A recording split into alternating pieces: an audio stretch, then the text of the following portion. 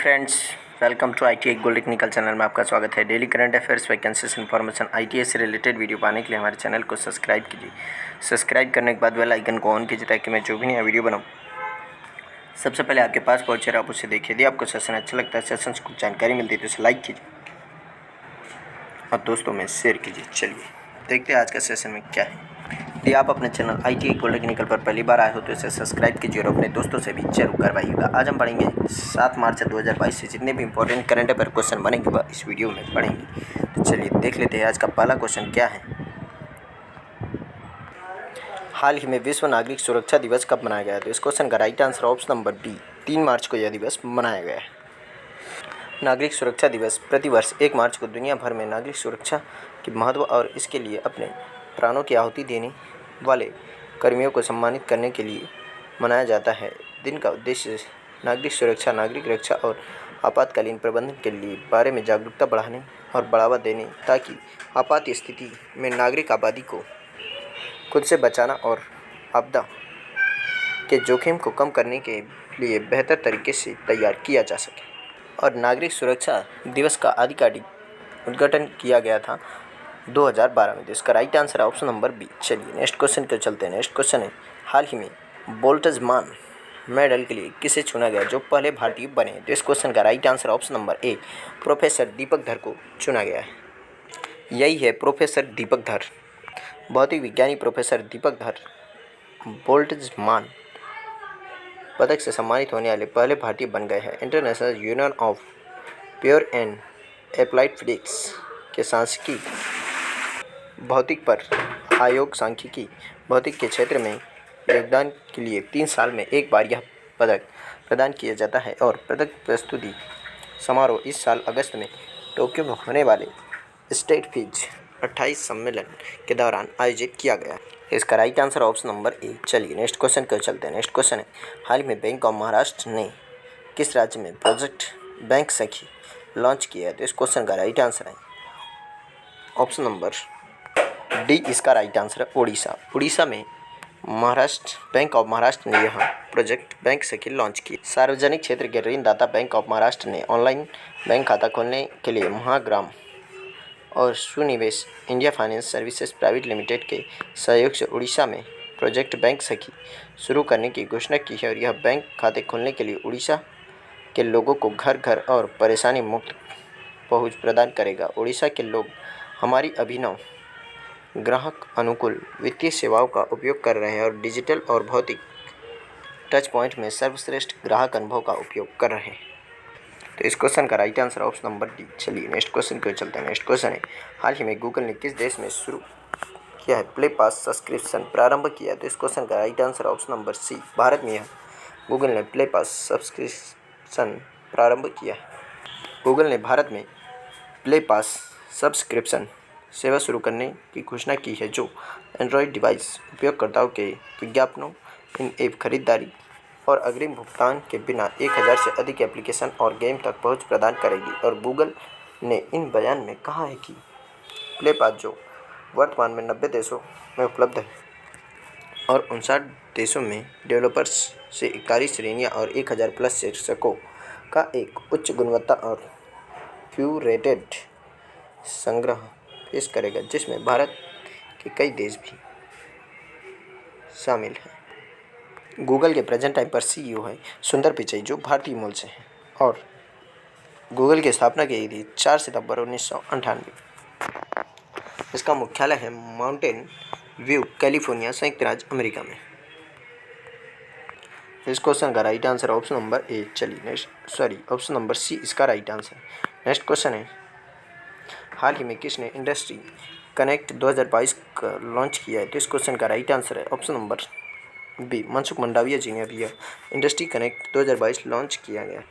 केंद्रीय स्वास्थ्य, परिवार कल्याण और रसायन और उर्वरक मंत्री डॉक्टर मनसुख मंडाविया ने इंडस्ट्री कनेक्ट 2022 उद्योग अकादमी सिनर्जी पर संगोष्ठी का उद्घाटन किया और देश की प्रगति के लिए नवाचार प्रौद्योगिकी की महत्व पर जोर दिया गया है। और यहाँ अधिक से अधिक उद्योग अकादमिक भागीदारी के लिए है।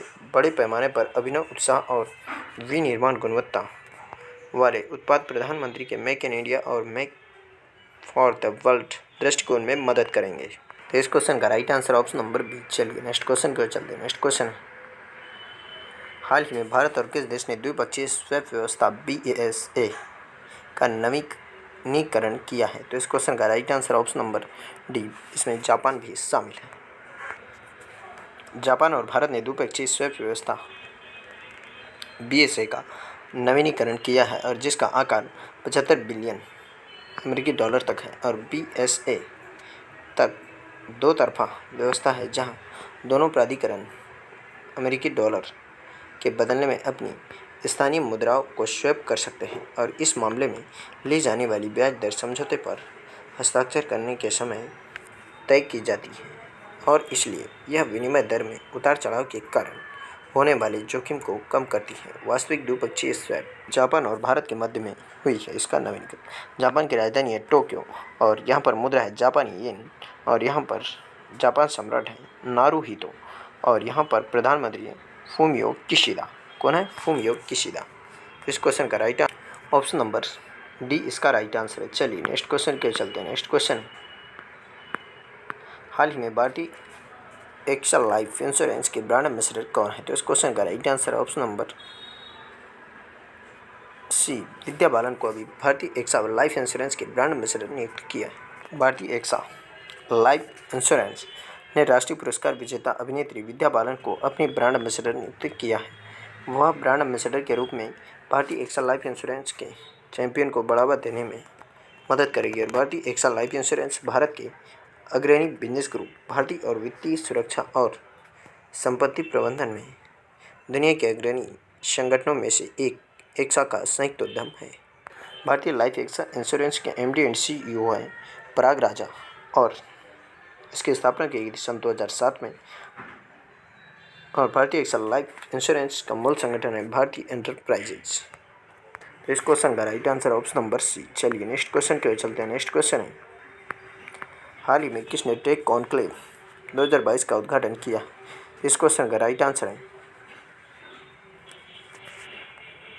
इसका right answer option number B, electronics मंत्री ने इसका भी उद्घाटन किया है। पिछले 4 दशकों से राष्ट्रीय सूचना विज्ञान केंद्र ने डिजिटल पहल पर सरकारों के साथ भागीदारी की है और हर वर्षों में सरकार के अनन्य उपयोग के लिए अत्याधुनिक अखिल भारतीय ICT बुनियादी ढांचे, डिजिटल प्लेटफॉर्म और समाधानों का निर्माण किया है और हमने संघीय और राज्य सरकारों को उनकी प्रक्रियाओं को स्वचालित करने और सार्वजनिक सेवाओं को इलेक्ट्रॉनिक के रूप में वितरित करने में मदद की है।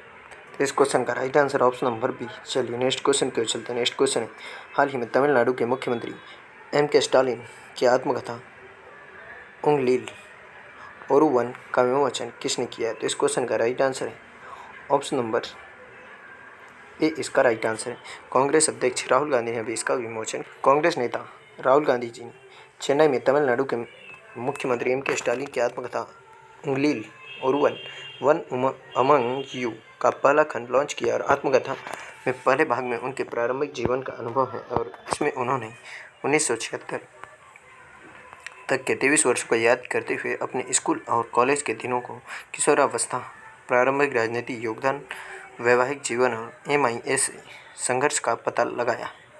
इस क्वेश्चन का राइट आंसर ऑप्शन नंबर ए। चलिए नेक्स्ट क्वेश्चन को चलते हैं। नेक्स्ट क्वेश्चन है, हाल ही में शेन वॉर्न का निधन हुआ, वह किस देश से थे? तो वह ऑस्ट्रेलिया के क्रिकेटर थे जिनका भी हाल ही में निधन हो गया। यही थे ऑस्ट्रेलिया के क्रिकेटर स्पिनर शेन वॉर्न जिनका भी हाल ही में निधन हो गया है।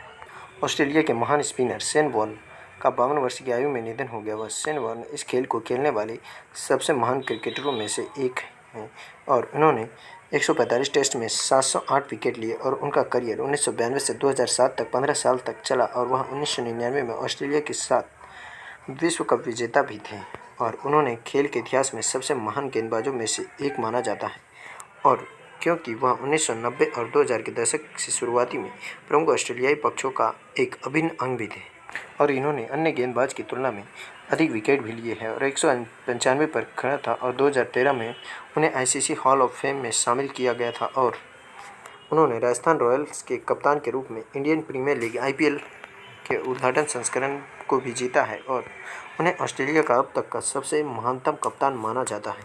इस क्वेश्चन का राइट ऑप्शन नंबर बी इसका राइट आंसर है। चलिए आज का सेशन यही समाप्त। यदि आप अपने चैनल ITI गोल्ड टेक्निकल पर पहली बार आए हो तो इसे सब्सक्राइब कीजिए और अपने दोस्तों से भी जरूर करवाइएगा। सब्सक्राइब करने के बाद बेल आइकन को ऑन कीजिए ताकि मैं जो भी नया वीडियो बनाऊँ सबसे पहले आपके पास पहुँचे और आप उसे देखिए। Thank you so much watching for my video. मिलते हैं नेक्स्ट सेशन।